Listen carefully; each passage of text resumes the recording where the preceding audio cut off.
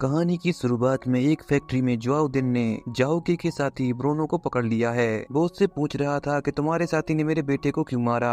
वो कहने लगा तुम अवैध धंधा कर रहे हो इसलिए। तब उसने उसे हाइड्रोजन पेरोक्साइड में गिरा दिया। ब्रोनो ने कहा तुम लोग चिंता मत करो, वो अभी आता ही होगा भूतों की तरह, वे तुम लोगों को चुन चुन कर मारेगा। उसने उनके एक आदमी को लटका दिया। तब वे सारे लोग अंधाधुंध उस पर गोलियां चलाने लगे। वे गुंडों को एक करके मारने लगा। एक गुंडे का तो उसने जबड़ा ही तोड़ दिया। तभी वहाँ पर एक लड़की दौड़ती हुई आई और उस पर वार करने लगी। जोकी ने उसका सिर टंकी से दे मारा। वह उठकर दोबारा उसे मारने लगी। वह अपना बचाव करते हुए उसे लात मारकर दूर फेंक देता है। वहीं जब जुओदुन को दरवाजे की ओर कोई आते हुए दिखा तो उसके लोग दरवाजे पर अंधाधुंध फायरिंग करने लगे। दरवाजा खुलने पर उन्हें कोई नहीं दिखाई दिया। कुछ देर के बाद में वह दोनों बंदूक अपने हाथ में लिए उन पर फायरिंग करने लगा, जिससे कुछ लोग वहाँ पर ही ढेर हो गए तो कुछ लोगों को उसने लड़ते हुए मार दिया।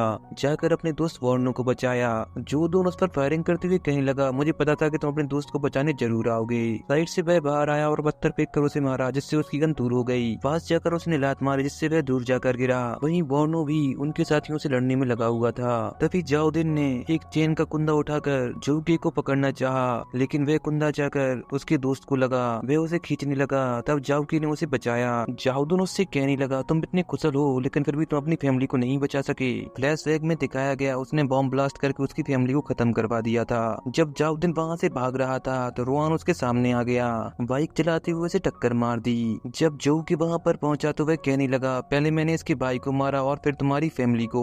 फिर वह अपनी बाइक लेकर जोकी पर हमला करने के लिए आया। जोकी भागने लगा तो वह उस पर फायरिंग करता है। वह एक टंकी हाथ में लेकर उसकी बाइक के सामने आ गया, जिससे वह दूर जाकर गिरा। तभी वहाँ पर पुलिस आ गई तो वह अपनी बाइक लेकर वहाँ से भाग निकला। सर्जेंट जोजी ने उसे गिरफ्तार कर लिया। ये सब करने के लिए पुलिस वालों ने उसे 9 साल की सजा दिलाई। जेल से निकलने के बाद में सबसे पहले वह अपनी पत्नी की कब्र पर पहुंचा, जहां वो उससे कह रहा था कि मैं उससे अकेला ही लड़ने के लिए जा रहा हूं। वहीं बर्नो चुनाव लड़ने जा रहा है, जिसके लिए वे लोगों के बीच में पहुंचा। उनसे कहने लगा कि मैं तुम्हारी वोटों को खराब नहीं होने दूंगा। वहां दूर से रोआन उसे मारने वाला था, लेकिन शीशे के चमकने के कारण उसका निशाना गलत लग गया। तब उसकी गार्ड उस पर फायरिंग करने लगे। वहीं एक बच्चा नीचे गिर गया था। बर्नो जाकर उसे बचाता है। तभी उसे वहाँ पर एक जोकर खड़ा हुआ दिखाई दिया। तब बर्नो उसका पीछा करते हुए उससे लड़ने लगा। वो कहने लगा तुम बहुत दिन बाद मिले भाई। वे लोग साथ में बैठकर ड्रिंक करते हैं। जहाँ बर्नो कहने लगा तुम जेल से कब बाहर आए, मुझे बताया ही नहीं। यहाँ फ्लैशबैक में दिखाया गया कि उसने ही मिरर की रोशनी करके उसे बचाया था। तब बर्नो कहने लगा इसके लिए मैं तुम्हारा ऋणी रहूंगा। आगे जोकी ने जूजी का इंटरव्यू देखा, जिसमें वे साउदिन के बचे हुए साथियों को पकड़ने की बात कर रहा था। उसने नोटिस बोर्ड पर जूजी की बेटी जूलिंग की फोटो लगाई और जोकर बनकर अगले दिन उससे स्कूल में मिलने पहुंचा।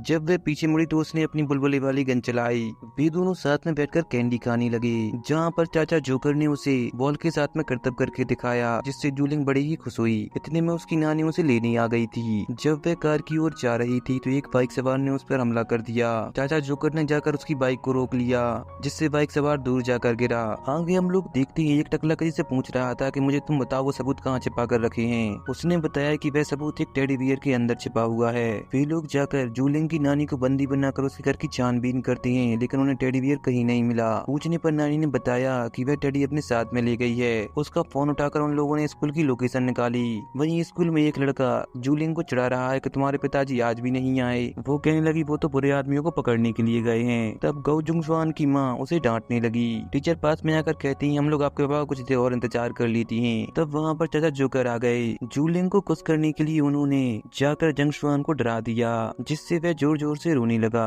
टीचर के पूछने पर वह कहने लगी ये मेरे पापा हैं। वहाँ वो चाचा जोकर के साथ में मिलकर सभी को करतब दिखाती है। जूलिंग ने बॉल को उछाला। चाचा जोकर ने अपना कोट निकालकर उन बॉलों को गेट की ओर फेंका तो पुलिस वालों में जाकर गली। डिटेक्टिव ली जूलिंग के पास गए और कहने लगे हम तुम्हारे पापा के पास में ले जाने के लिए आए हैं। चाचा जोकर को उसके हाथ पर एक कोट दिख गया। उसने उसका हाथ पकड़कर उसका सिर टेबल से मार दिया। उसने चाचा जोकर के ऊपर गोली चला दी। गोली से बचते हुए उसने उसकी बंदूक को खोल दिया और उसे मार गिराया। वहाँ पर पुलिस वाले आए तो उन्हें भी मार दिया। जहाँ उसे सभी के हाथ में एक कोट दिखाई दिया तो वे समझ गया कि ये पुलिस वाले नहीं थे। चाचा जोकर ने जूलिंग को ले जाकर कार में बैठाया तो वहाँ पर कुछ गुंडों ने हमला कर दिया। वे उनसे लड़ने लगा। एक को तो उसने कार के ऊपर घूमकर लात मार दी, दूसरे को गेट से छलांग लगाकर मार दिया, तो वहीं एक को गेट बंद करके मारा और कार का दरवाजा बंद करके वहाँ से चला गया। वहाँ पर एक टकला अपनी कार से उनका पीछा करने लगा। उसने जाकर चाचा जोकर की कार में टक्कर मार दी, जिससे चाचा जोकर को गुस्सा आया तो उसने उसकी कार में जाकर टक्कर मारी तो टकले भाई की तो कार ही पलट गई। वो कार से बाहर निकला और कहने लगा ये बड़ा ही मजेदार था। वे दोनों भीड़ में घुस गए जहाँ उन लोगों ने अपने कपड़े बदले, लेकिन उसके गुंडे ने छोटी बच्ची को देखकर उसे पहचान लिया। वह गुंडे के पीछे गया और उसे पकड़ लिया। एक जगह ले जाकर उससे पूछता है कि तुम्हारे हाथ पर बने हुए कोड का क्या मतलब है। उसने बताया कि ये हमारे ऑर्गेनाइजेशन का कोड है। उसने पूछा तुम लोग बच्ची का पीछा क्यों कर रहे हो। वह गुंडा कहने लगा इस बच्ची के पास कुछ ऐसा है जो हमारे बॉस को चाहिए। इतने में वहाँ पर पुलिस वालों की आने की आवाज आई तो वह बच्ची को लेकर वहाँ से भाग गया। तभी उसके सामने ऑफिसर नन आ गई। वह उससे लड़ाई करने लगी। जैसे ही वह उसे मारने वाला था जूलिंग ने उसे रोक दिया कहते हुए कि ये मेरे पापा की साथी है। तब उसने नान को हथकड़ी लगा दी और चाबी दूर फेंक कर वहाँ से चला गया। वहीं जूलिंग ने चाचा जोकर पर गन तानते हुए कहा कि तुम मुझे मेरे पापा के पास में जाने दो।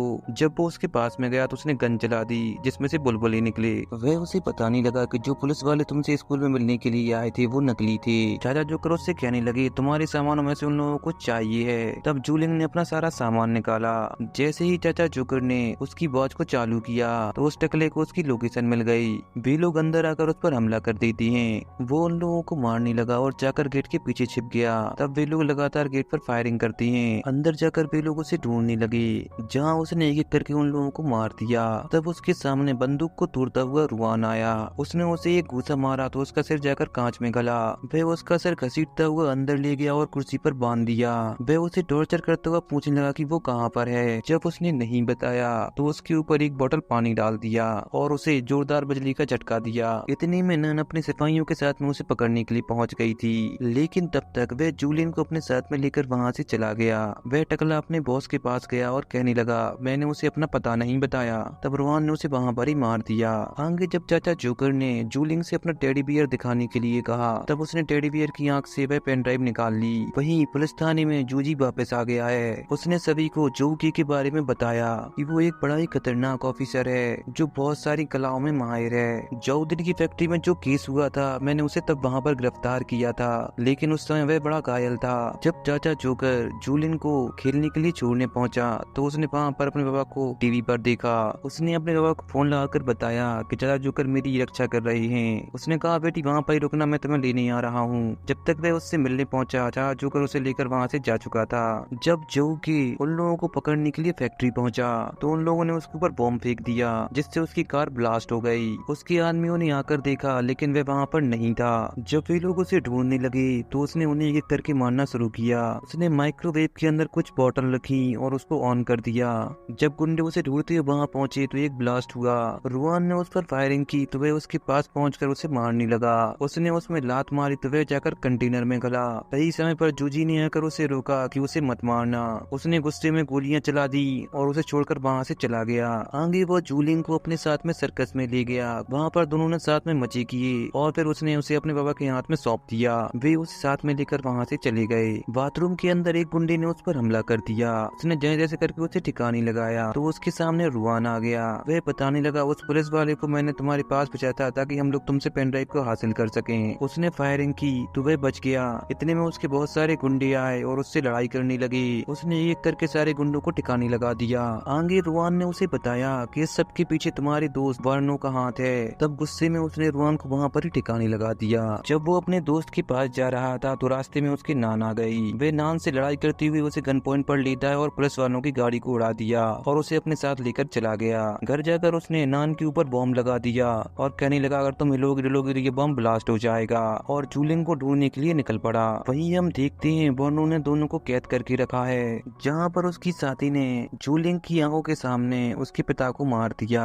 आगे जो की अपनी पत्नी की कब्र पर पहुंचा जहाँ हमें एक फ्लैशबैक दिखाया गया कि उस दिन हमले में उसकी बेटी बच गई थी जिसे उसने अनाथालय में छोड़ दिया था। वह लड़की और कोई नहीं बल्कि जूलिंग ही थी। फिर वह अपने दोस्त वर्नो से मिलने पहुंचा। वह अंदर जाते ही गुंडों पर फायरिंग करने लगा। गेट खोलकर बम अंदर फेंका जिससे कुछ गुंडे मारे गए। बाकी बचे हुए गुंडों को उसने एक करके ठिकाने लगा दिया। तभी उसके सामने एक लड़की आ गई कहते हुए कि तुम्हें कोई रोक नहीं सकता है लेकिन मैं ऐसा करके दिखाऊंगी और उससे लड़ाई करने लगी।